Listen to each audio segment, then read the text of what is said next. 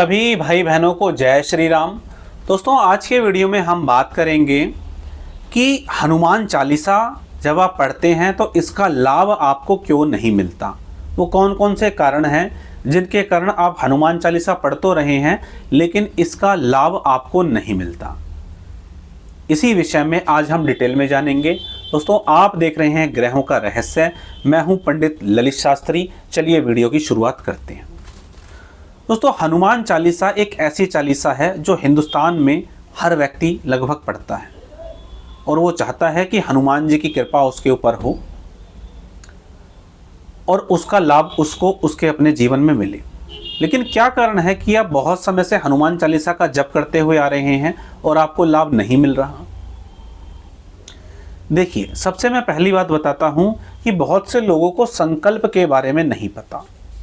संकल्प भाई, आप ये हनुमान चालीसा का जाप क्यों कर रहे हैं, किस चीज़ के लिए कर रहे हैं, क्या कारण है। आपको सबसे पहले संकल्प लेना है। संकल्प कैसे लिया जाता है वो मैं बता देता हूँ। आपका जो जिस हाथ से आप ज़्यादा काम करते हैं उसमें आपको जल ले लेना है। इस प्रकार से जो हथेली होती है हाथ की, ये वाली, इसमें आपको जल ले लेना है। जल लेकर, अगर गंगा जल होगा तो और अच्छा रहेगा। जो दूसरा हाथ हो उसको ऐसे उंगलियों को आपको करना है, ऐसे डुबो देना है। अपना संकल्प बोलना है। मैं साधारण भाषा में बताता हूँ। अपना नाम बोलें, अपने पिताजी का नाम बोलें, अगर गोत्र पता है गोत्र बोलें, दिन बोलें, अपना संकल्प बोलें कि आप भाई ये संकल्प क्यों ले रहे हैं। पानी में 3 बार फूंक मारें ऐसे और ज़मीन पर वहीं से गिरा दें या कोई बर्तन रख लें उसमें गिरा दें, बाद में से पौधे में दे दें।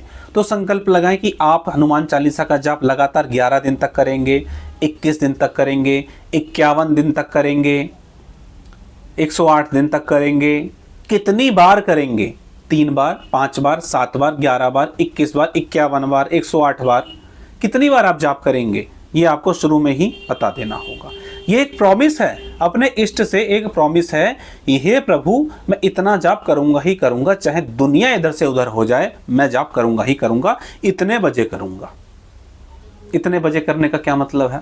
मान लीजिए आपने 7 बजे का संकल्प लगाया, ऐसा संकल्प ना लगाएं क्योंकि 7 का टाइम इधर से उधर हो जाता है, संध्या का समय। आप ये लगाएं कि प्रभु मैं 6 से 9 बजे के बीच में या 7 से 10 बजे के बीच में जप करूंगा, और संकल्प शुरू में क्लियर कर दें। तो संकल्प ज़रूर लगाएं कि भाई मैं जाप क्यों कर रहा हूँ, किस लिए कर रहा हूँ। तो संकल्प आप लगा लेंगे तो चीज़ क्लियर हो जाएगी और जो मनोकामना है उसे बोल दें। और अगर इस मनोकामना के साथ आप क्या करें, एक नारियल लें जटा वाला, उस मनोकामना को बोलते हुए उसे एक ऑरेंज कपड़े में लपेट लें, 10 रुपये रखें उसके साथ और मनोकामना के साथ उसको रख दें। और जब वो मनोकामना पूरी हो जाए तो आसपास के किसी हनुमान जी के मंदिर में उसको आप रखकर आ सकते हैं। तो पहला हो गया संकल्प। अब मैं दूसरी बात बताता हूँ। अगर आप अपने जीवन में मांस खाते हैं, ड्रिंक करते हैं या कोई भी ऐसा काम करते हैं जो हनुमान जी के स्वभाव में इंक्लूड नहीं था, तो आपको इसका लाभ नहीं मिलेगा। एग्जाम्पल देकर बताता हूँ। मान लेते हैं आपके घर में पहले से आपके जीवन साथी हैं, पति है, पत्नी है, और आपके जो संबंध हैं वो उनके अलावा और महिलाओं से हैं।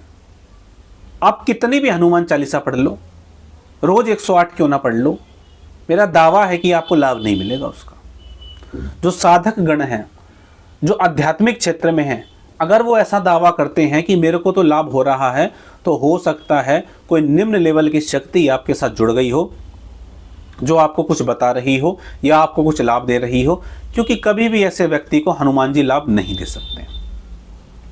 अब बात करते हैं प्रेमी या प्रेमिका की। आपके जीवन में एक प्रेमी है या एक प्रेमिका है और आपको हनुमान जी के प्रति बहुत श्रद्धा है, लेकिन जीवन में अचानक लगने लगा कि ये ठीक नहीं है, अब दूसरे के साथ संबंध बना लेना चाहिए। अगर आपकी गलती नहीं है और आपकी गलती के बिना वो संबंध टूटा है तो कोई बात नहीं है। लेकिन अगर आप अपनी स्वेच्छा से किसी व्यक्ति को छोड़कर, तड़पाकर जा रहे हैं किसी और लड़की या लड़के के साथ, तो हनुमान जी की कृपा आपके ऊपर कदापि नहीं हो सकती। क्योंकि हनुमान जी ने भगवान राम और सीता का मिलन कराने के लिए अपना जीवन न्यौछावर किया, वो कभी किसी ऐसे व्यक्ति पर कृपा नहीं करेंगे जिस व्यक्ति का अपने जीवन में खुद ही कोई आचरण ना हो। आपका आचरण तो कुछ है नहीं और आप उस दिव्य शक्ति को प्राप्त करने चले हैं जिसकी दुनिया भर में पूजा हो रही है। तो अगर इस प्रकार का आपका स्वभाव है, आप लंगोट के पक्के नहीं हैं, आप एक प्रेमी या प्रेमिका के साथ नहीं रह सकते, आप अपने जीवन साथी के साथ नहीं रह सकते, आपको 2-4 लोग चाहिए टाइम पास करने के लिए, तो भूल जाइए कि हनुमान जी की कृपा क्या किसी भी देवी देवता की कृपा आपके ऊपर नहीं हो सकती। हाँ, तामसिक शक्तियों की हो जाए वो एक अलग बात है, किसी भूत प्रेत जिन जिन्नात की हो जाए वो एक अलग बात है, लेकिन अच्छी सात्विक शक्तियों की कृपा ऐसे व्यक्ति के ऊपर कभी नहीं हो सकती, बल्कि ऐसा व्यक्ति अपने कुल का नाश करने वाला एक समय पर जरूर बनेगा। हो सकता है कुछ भाई बहनों को बुरा लगे, लेकिन मेरा यही अनुभव है कि बहुत से लोग हनुमान जी की पूजा कर रहे होते हैं, जीवन में काम भी बन रहे होते हैं, लेकिन निम्न लेवल की शक्ति, गंदी शक्तियाँ उनके साथ जुड़ जाती हैं और बाद में उन्हें बहुत अधिक परेशान करती हैं। तो ये बात विशेष तौर पर ध्यान रखें कि अपना आचरण जरूर अच्छा रखें। अब बात करते हैं हम ब्रह्मचर्य के पालन की। ये ब्रह्मचर्य दोनों लोगों पर लागू होगा जो जीवन में विवाहित हैं या विवाहित नहीं हैं। अगर आपने अपने जीवन में हनुमान चालीसा को नियम बनाया है कि भाई मैं 1 बार तो पढ़ूंगा, मैं 3 बार पढ़ूंगा, मैं 11 बार पढ़ूंगा, ये नियम है, डेली का नियम है, रोज पढ़ना है, इसमें ब्रह्मचर्य लागू नहीं होता। लेकिन अगर आपकी कोई मनोकामना है, आपने साधना करनी है हनुमान चालीसा की 11 दिन की, 21 दिन की, 51 दिन की, और संख्या भी आपने निर्धारित कर दी है, तो उस समय में आपका ब्रह्मचर्य का पालन आपको करना होगा। ना तो आप अपने जीवन साथी के साथ संबंध बनाएंगे, और जो आपस में कपल्स होते हैं, प्रेमी या प्रेमिका होते हैं, वो भी किसी तरीके, वैसे उन्हें तो कभी बनाना ही नहीं चाहिए शादी से पहले संबंध। अब इसमें एक और विशेष बात आती है खासतौर पर पुरुषों के साथ, कि अगर रात्रि के समय उन्हें कुछ ऐसे स्वप्न आते हैं जिसमें वो किसी महिला के साथ अपने आप को संभोग करते हुए देखते हैं, तो क्या ये जो ब्रह्मचर्य है खंडित माना जाएगा, ये साधना खंडित मानी जाएगी? नहीं। अगर आपने अपने आप किसी के साथ संबंध नहीं बनाया, रात के समय आपका वीर्यपात हो जाता है, तो ये इसमें चिंता करने वाली बात नहीं है, ये आपकी साधना विफल नहीं मानी जाएगी। लेकिन ये आपके मन के भाव हैं जो कहीं ना कहीं आ रहे हैं।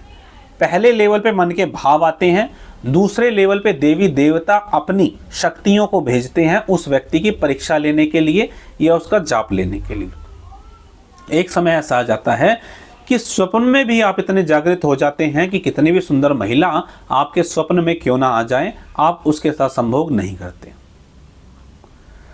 तो दोस्तों, हनुमान चालीसा का आपको लाभ मिले, इसके लिए आप इन 3 चीज़ों का ज़रूर ध्यान रखें, जिससे कि आपको निश्चित तौर पर इसका लाभ मिले। चलिए दोस्तों, आज के वीडियो में इतना ही। मिलेंगे इसी तरह की जानकारी के साथ अपने अगले वीडियो में। तब तक के लिए जय श्री राम।